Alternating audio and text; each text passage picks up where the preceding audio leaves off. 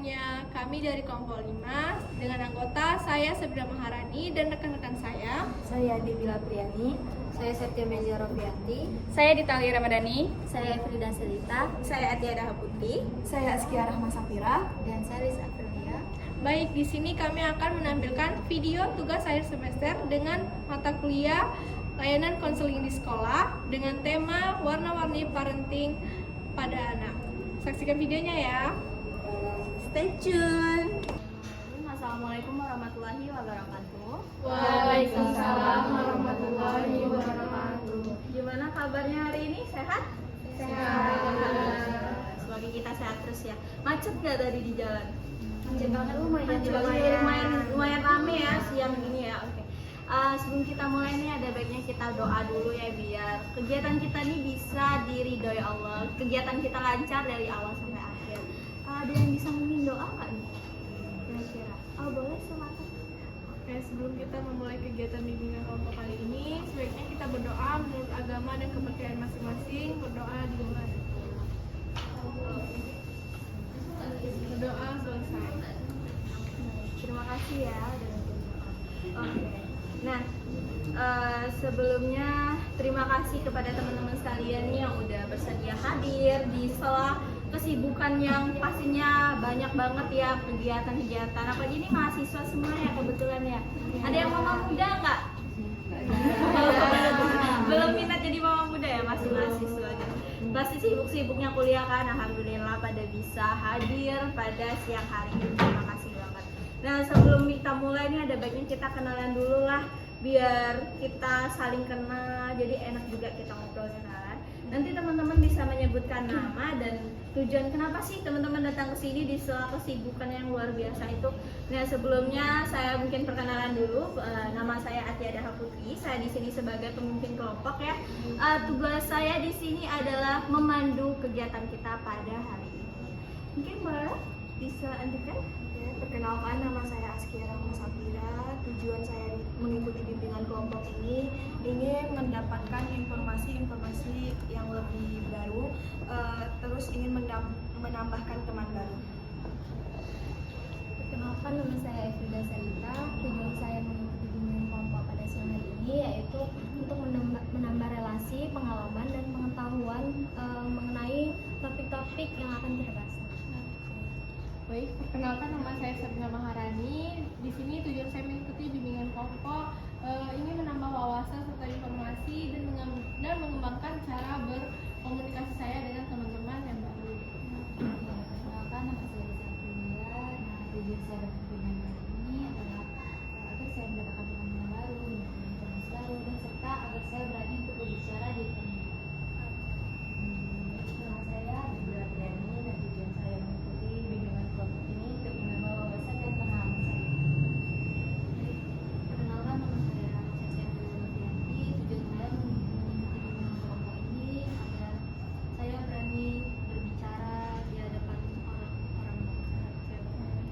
Perkenalkan, nama saya Ditali Ramadhani. Tujuan saya mengikuti bimbingan kelompok ini supaya saya lebih berani dalam berbicara di depan banyak orang dan menambah wawasan serta menambah relasi. Oke, boleh. Saya ulangi ya, biar saya ingat juga. Askia, betul? Sally, oke. Sabrina, Isa, Bila, Amel, dan Dita. Oke, terima kasih untuk perkenalannya dan semoga teman-teman udah saling kenal nih kanan kirinya, nggak bingung lagi ya nanti. Oke. Nah, saya mau ngejelasin dulu bimbingan kelompok apa sih. Jadi bimbingan kelompok di sini tuh kita bakal ngebahas hal yang menarik banget. Kita bakal ngebahas hal yang sedang viral atau hal yang banyak dibicarain orang, banyak menjadi kekeliruan orang, atau hal yang jarang banget bahkan dibahas sama orang. Di sini kita bakal menuntaskan tentang hal itu. Ada bisa banyak hal yang bisa kita bahas di dalam sini. Dan bisa jadi hal ini akan menjadi hal yang pribadi. Maka dari itu, dalam bimbingan kelompok ini ada asasnya juga, yaitu salah satunya adalah kerahasiaan. Dimana saat nanti kita berdiskusi nih, kalau ada nanti teman-teman yang menyampaikan sesuatu yang bersifat pribadi, mungkin itu tentang dirinya atau tentang orang terdekat yang dia sayang, itu kan sifatnya privacy kan ya. Nah, itu diharapkan teman-teman untuk membocorkannya keluar atau kemanapun. Terus ada asas keterbukaan, di mana kita saling terbuka, kita saling berbincang tanpa takut dihakimi atau bagaimanapun. Dan ada juga asas kesukarelaan, di mana kita senang dan sukarela datang ke sini, nggak dipaksakan tadi, nggak ada yang tiba-tiba nodong kalian kan datang ke sini. Nah, itu adalah salah satu asasnya. Terus ada aturan, udah pasti. Setiap tempat pasti ada aturan, termasuk di sini. Aturannya itu adalah kita tidak boleh saling menghakimi. Itu yang paling utama. Karena kita akan saling berdiskusi, udah pasti akan ada perbedaan pendapat, bukan? Nah, kita nggak boleh menghakimi pendapat dari teman-teman yang lain. Terus kita juga harus mengangkat tangan dulu untuk berbicara, agar tahu nih, jadi nggak saling sela-sela omongan gitu. Dan saling berpartisipasi aktif, harus bisa mengungkapkan pendapatnya dengan bebas di sini. Nah, sebelum kita mulai, kayaknya masih agak tegang, dan biar kita fokus nih untuk masuk tahap inti ya, kita main games dulu, boleh ya? Gamesnya ikuti yang saya katakan, bukan yang saya lakukan. Oke? Kalau saya bilang mata, berarti tunjuk mata. Kalau saya bilang bibir, yang ditunjuk adalah bibir. Nah, oke. Kalau saya bilang mata, kalau saya bibir, oke. Kita mulai ya, fokus ya. Semua harus bisa fokus. Jangan sampai ini jadi mata, ini jadi bibir, ini jadi telinga ya. Oke. Mata, mulut, hidung, gigi, bibir, telinga, mata, mulut, kuping. Oke, udah pada fokus berarti udah bisa ya kita untuk masuk, teman-teman udah pada fokus, udah bisa mengikuti apa yang saya omongin, apa yang saya lakuin. Oke. Nah, hari ini kita bakal bahas apa sih? Hari ini kita bakal bahas yang berkaitan erat banget sama yang namanya keluarga. Kita bakal bahas tentang warna-warni parenting pada keluarga, pada anak. Nah, kita tahu ya, banyak cara orang tua dalam mengasuh, banyak cara orang tua untuk mendidik anaknya kan. Menurut teman-teman, sebelum kita masuk ke jenis-jenis deh, teman-teman tahu nggak sih pola asuh atau parenting itu apa? Ada yang tahu sebelumnya? Boleh mungkin? Iya. Jadi parenting itu kalau menurut saya proses pengasuhan dari orang tua dalam mendidik anak dan membentuk karakter sang anak. Oke, bagus, benar banget. Jawaban Kia benar banget. Jadi pola asuh itu adalah bagaimana orang tua mendidik anak. Simpelnya gitu aja. Pola asuh itu cara orang tua mendidik anak. Bagaimana cara beliau mengajari anaknya, memarahi anaknya, mengajak anaknya bermain, itu adalah pola asuh. Nah, pola asuh itu ada macam-macamnya. Ada banyak macam pola asuh. Dan banyak juga para ahli yang mengkategorikannya. Hal yang paling umum dari pola asuh itu ada tiga macam pola asuh yang paling umum ya teman-teman. Itu yang pertama adalah otoriter. Ada yang tahu otoriter? Nggak ada? Oke. Jadi otoriter itu pola asuh di mana orang tua ini ngekang gitu loh. Jadi kayak apa-apa yang anaknya mau tuh nggak boleh sembarangan. Harus dari saya nih, aku orang tua. Kamu nggak bisa ngerjain apapun kalau nggak ada izin saya. Jadi saya nentuin kamu mau apa, kamu apain hari ini, itu saya ngatur. Itu otoriter. Kamu nggak boleh pacaran, kamu nggak boleh makan ini, kamu nggak boleh itu otoriter. Dimana orang tuanya mengekang dan tidak mengizinkan anaknya untuk mengambil keputusan. Apakah ada dampaknya? Jelas ada dampaknya. Setiap pola asuh jelas ada dampaknya, baik ataupun negatifnya. Mungkin dampak baik yang kita lihat dari otoriter itu adalah dimana orang tua kan akan menunjukkan sesuatu yang baik kan. Jadi hal baiknya ya kita bisa lihat dari sudut pandang dimana orang tua ini ingin memberikan yang terbaik untuk anaknya. Dia ingin anaknya menjadi versi terbaik dari diri dia. Jadi dia tidak mau anaknya melakukan kesalahan. Itu adalah sisi baiknya. Tapi ada dampak buruknya. Ada hal buruk yang akan terjadi jika orang tua terlalu otoriter terhadap anaknya. Anak ini akan menjadi sulit percaya diri. Dia bakal sulit untuk menentukan pilihan dia. Dia jadi nggak percaya diri karena ya dia terbiasa diperintah kan, dia biasa ditunjuk gitu. Jadi dia akan bingung dengan apa yang akan dia lakukan saat dewasa nanti. Terus ada pola asuh permisif. di mana pola asuh permisif ini merupakan pola asuh yang biarin aja, kamu mau kemana terserah gitu. Jadi pola asuh yang membiarkan atau tidak mengekang juga anaknya. Tetapi jelas ini akan berdampak negatif karena pada pola asuh ini orang tua itu benar-benar angkat tangan sama anaknya. Dia terserah lah, kamu mau kemana, kayak siang ini kamu mau kemana, pagi ini kamu kemana, malam ini tuh ya udah terserah. Pokoknya saya tahu kamu anak saya, kamu di rumah atau kamu kemana saya nggak peduli, yang penting saya kerja, saya cari duit, selesai. Itu adalah pola asuh permisif. Jelas anak akan menjadi orang yang tidak tahu aturan karena dia tidak pernah diatur di rumah, dia tidak tahu yang namanya aturan, dia nggak dibimbing, dia nggak dibina, dia nggak tahu ini benar nggak sih, ini salah nggak sih, dia nggak tahu. Jadi dampaknya ya jelas anak akan merasa kesepian sudah pasti karena dia merasa tidak adanya sosok orang tua di rumah. Terus dia akan merasa sedih, lalu dia akan menjadi anak pembangkang. Terus anak yang tidak tahu aturan, anak yang sembarangan melakukan hal apapun tanpa tahu apa yang namanya tanggung jawab. Lalu yang terakhir itu ada pola asuh demokratis. Di antara kedua pola asuh yang disebutkan tadi, demokratis ini adalah pola asuh yang bisa dikatakan lebih baik untuk diterapkan. Kenapa? Karena pola asuh demokratis ini adalah pola asuh di mana orang tua ini membebaskan anak, tetapi tetap ada batasan, tetap ada yang namanya aturan. Jadi dia dibebaskan, dia dibolehkan memilih, tapi dia tetap diberitahu ini benar nggak sih. Jadi anak itu tetap diajak berbicara, anak selalu diajak komunikasi, diajak bermain, apapun yang anak mau itu ditunjukkan benar nggak sih. Kamu mau ini benar nggak? Yang kamu mau itu gitu. Dimana di sini tuh jelas lebih banyak positifnya kan, dampaknya di saat anak kita nih sebagai remaja atau sebagai mahasiswa kita ada yang ngekos kan di sini. Nah kalau kita dibiarin nih dengan permisif, kita pasti dibiarin aja, ya udah kamu kuliah ngekos kan ngekos aja, pokoknya nih duit buat kamu terserah kamu mau ada itu. Kita ngerasa kayak gimana sih jadi anak, gak enak kan. Kalau demokratis dia ngasih duit nih, ini kamu ngekos, ini uang kamu pegang, kamu atur, tapi beliau pasti akan memberikan kalian nasihat kan, tapi jaga duitnya. Kamu pikirin apa prioritas kamu, apa sih yang kamu butuhkan saat ini, apa sih yang nggak perlu untuk kamu beli, ya kan. Kalau demokratis orang tua akan berkata seperti itu. Dia membebaskan kalian memilih apapun, tetapi dia juga mengingatkan bahwa setiap pilihan yang kamu ambil pasti ada akibatnya, pasti ada tanggung jawab yang harus kamu emban setelah kamu memilih itu. Itu adalah pola asuh demokratis, di mana anak bisa dengan bebas mengeksplor dirinya, tapi dia juga bisa untuk benar tidak salah gitu kan. Terus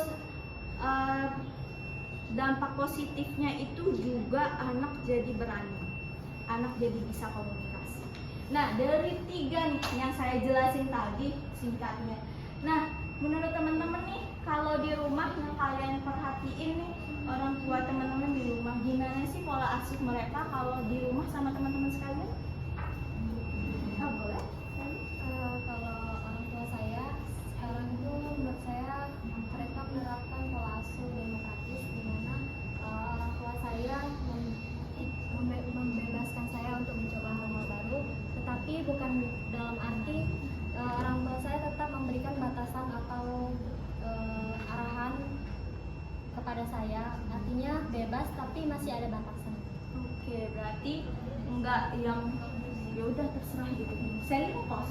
Iya. Oh, enggak. Berarti masih sering teleponan sama orang tua?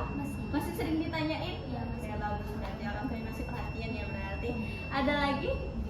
Boleh, Sabrina? Kalau orang tua saya sih 50-50 ya, waktu itu 50, demokratis 50. Kadang di saat emang harus ngomong ini batasannya nggak boleh ya, dia lagi otoriternya, lagi kelasnya. Terus kalau emang kadang tapi nggak selalu gitu, kadang juga waktu kayak ngebebasin, ngasih kepercayaan, kalau emang bisa jaga diri ya udah nggak apa-apa. Tapi ingat ada waktu, tetap ada waktu gitu. Kalau misalnya kayak Kalau saya di pulang kampung itu batas pulang itu jam sore jam 6. Kalau dari jam 6 nggak boleh pulang, nggak boleh keluar malam. Oke, jadi kalau di rumah ada jam batasan Ada ya. jam Kalau di kos sekarang?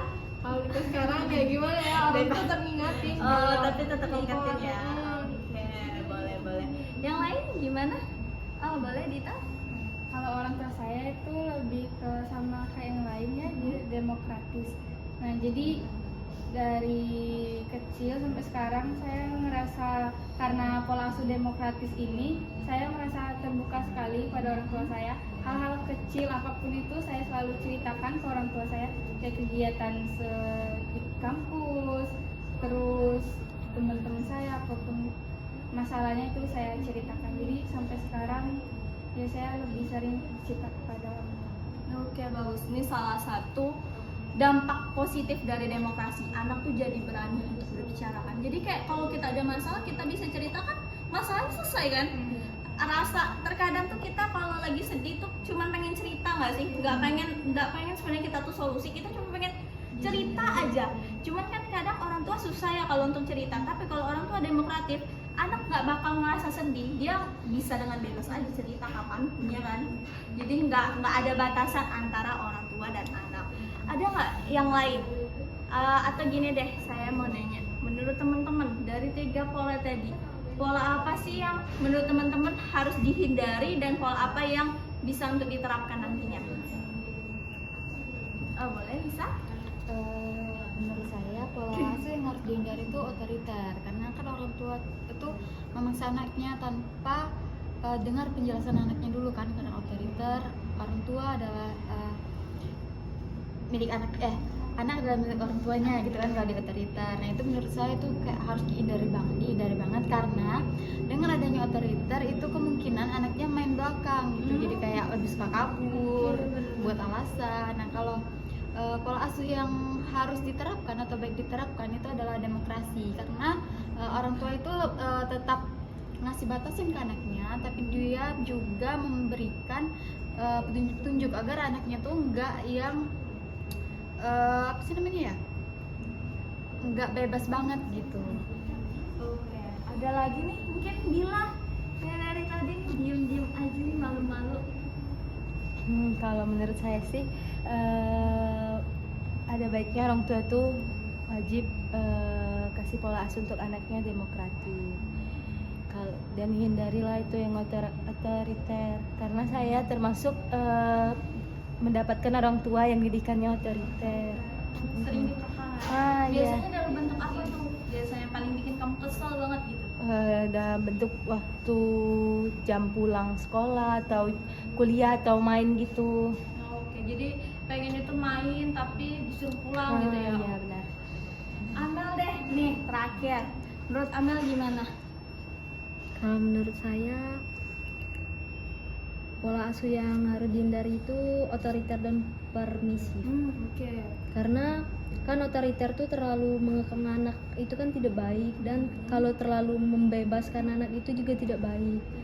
Jadi pola asuh yang baik untuk anak itu pola asuh demokratis, yang dimana kita memberikan kebebasan tetapi kita tetap mengontrol anak itu. Oke, bagus banget. Bener ya, kayak yang dibilang sama teman-teman sekalian, sama Amel, Bila, Lisa, itu benar. Jadi pola yang harus dihindari sebagai orang tua itu adalah otoriter, permisif, dan lebih baik menerapkan demokrasi. Tapi ada saatnya juga kita sebagai orang tua perlu loh nerapin otoriter. Kayak kalau misal anak kita masih kecil nih, masih SD, tentu kita nggak bisa dong ngebiarin mereka dibebasin. Terkadang ada kalanya kita juga perlu sisi otoriter untuk mendidik anak, tapi kita tetap harus tahu kondisinya, situasinya bagaimana gitu. Dan ada saatnya kita menerapkan demokratif, tapi yang dihindari banget itu permisif. Jangan sampai orang tua, nanti nih kita calon-calon ibu muda nih, kita yang bakal ngurus anak kan, jangan sampai kita punya anak bayi atau kita punya anak kita ya udah serah mau ini ambil main gitu kan, nggak mungkin ya. Kayak berasa nggak punya anak gitu dibiarin anaknya sendiri kan, itu wajib banget dihindari ya teman-teman, permisif.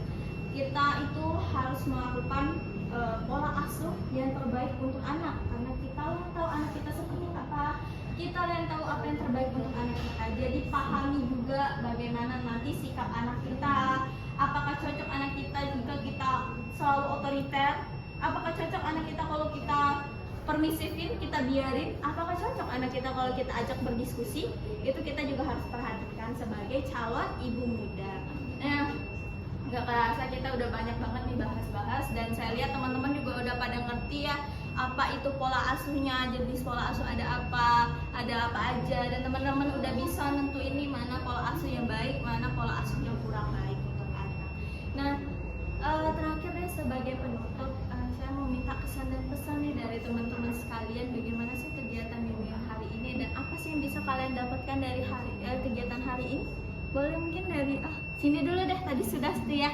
Oke, boleh dari Dita dulu. Kesan dan pesan yang saya sampaikan yaitu kesannya alhamdulillah senang karena dengan bimbingan kelompok ini saya bisa belajar dan banyak tahu tentang hal-hal pola asuh yang tentunya sangat berguna ya untuk masa depan nanti. Terus Oke, boleh lanjut Amel. Yang saya bisa dapatkan dalam bimbingan kelompok kali ini, saya senang karena saya lebih mengetahui apa itu parenting, dan itu aja. Oke, boleh. Selanjutnya. Ya, pesan dan kesan saya di sini saya dapat mengetahui tentang pola asuh orang tua yang terbaik untuk anak-anaknya. Dan Oke, boleh. Selanjutnya. Pesan saya pada bimbingan kali ini itu saya sangat menyukai bimbingan ini karena ini nih sangat bermanfaat untuk saya di masa depan. Oke, boleh. Kalau saya sangat mendapat ilmu ya, terutama untuk parenting, bagaimana saya bisa memilih pola asuh yang tepat nanti untuk ketika saya sudah mempunyai anak. Oke, boleh. Selanjutnya. Topik pembahasan kita pada hari ini yaitu memberikan kita semua banyak manfaat dan pengetahuan tentang pola asuh orang tua, di mana nantinya saya akan dapat menerapkan pola asuh yang tepat untuk anak saya di masa depan. Baiklah, bimbingan kelompok pada kali ini sangat bagus ya untuk yang tadinya saya tidak tahu apa aja pola asuh itu, ternyata pola asuh itu ada banyak ya. Oke, terima kasih kepada teman-teman sekalian kesan dan pesannya. Alhamdulillah kalian semua bisa menangkap informasi hari ini dengan baik. Syukur juga kegiatan kita dari awal sampai akhir berjalan dengan lancar. Terima kasih atas kesempatannya. Sebelum kita tutup, ada baiknya kita berdoa dulu agar kita nanti selamat sampai tujuan. Untuk terakhir, ada lagi yang mau memimpin doa? Mungkin boleh Lisa. Baik, saya sudah dengan topik kita ini, mari kita berdoa menurut agama saya masing-masing berdoa.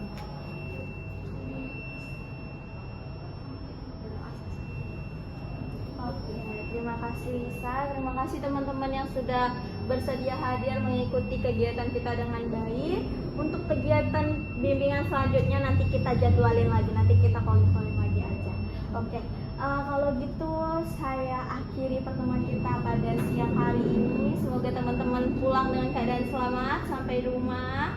Saya akhiri, wassalamualaikum warahmatullahi wabarakatuh. Waalaikumsalam warahmatullahi wabarakatuh.